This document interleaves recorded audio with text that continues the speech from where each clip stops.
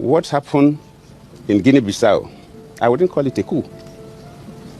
It was not a coup. For want of better word, I would say maybe it was a ceremonial coup.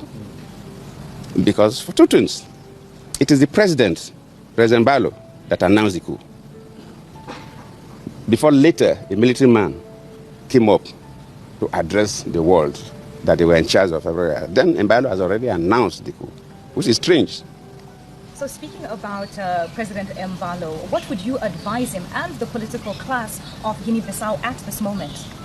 Well, I know what the political class will do. I don't even need to advise, because the political class will want those results to be announced.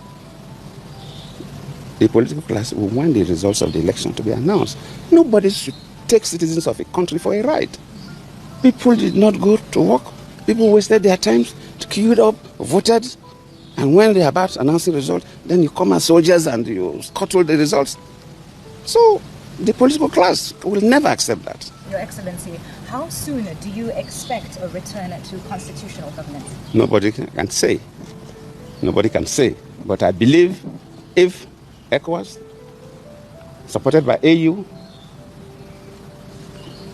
are firm, yes, they may not, because after all, Burkina Faso has not returned, Niger has not returned, Mali has not returned. While Guinea is returning in December, the military head, land and the military head is contesting, so we know who will win the election. So, but at least we can, some kind of pseudo-democracy, which is better than core military formation.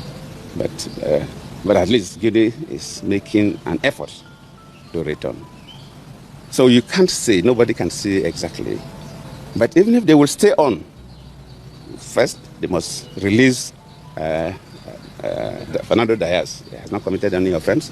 Second, the results must be announced. Let the world know who won the results.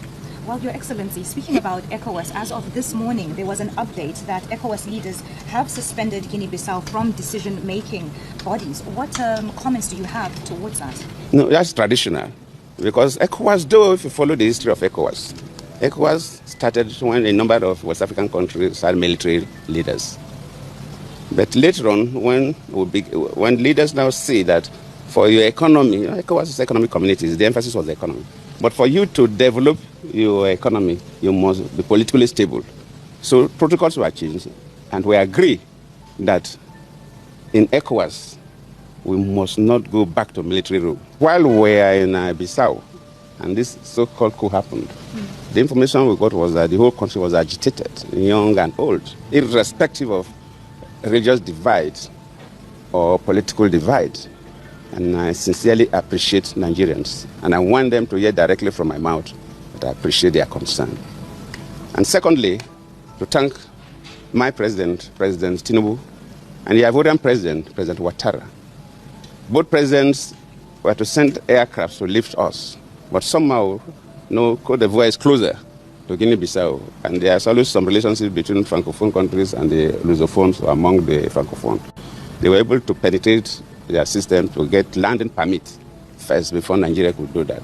So the Ivorian aircraft was already on their way to pick us. So when we learned about the Nigerian aircraft about leaving, we asked them not to bother.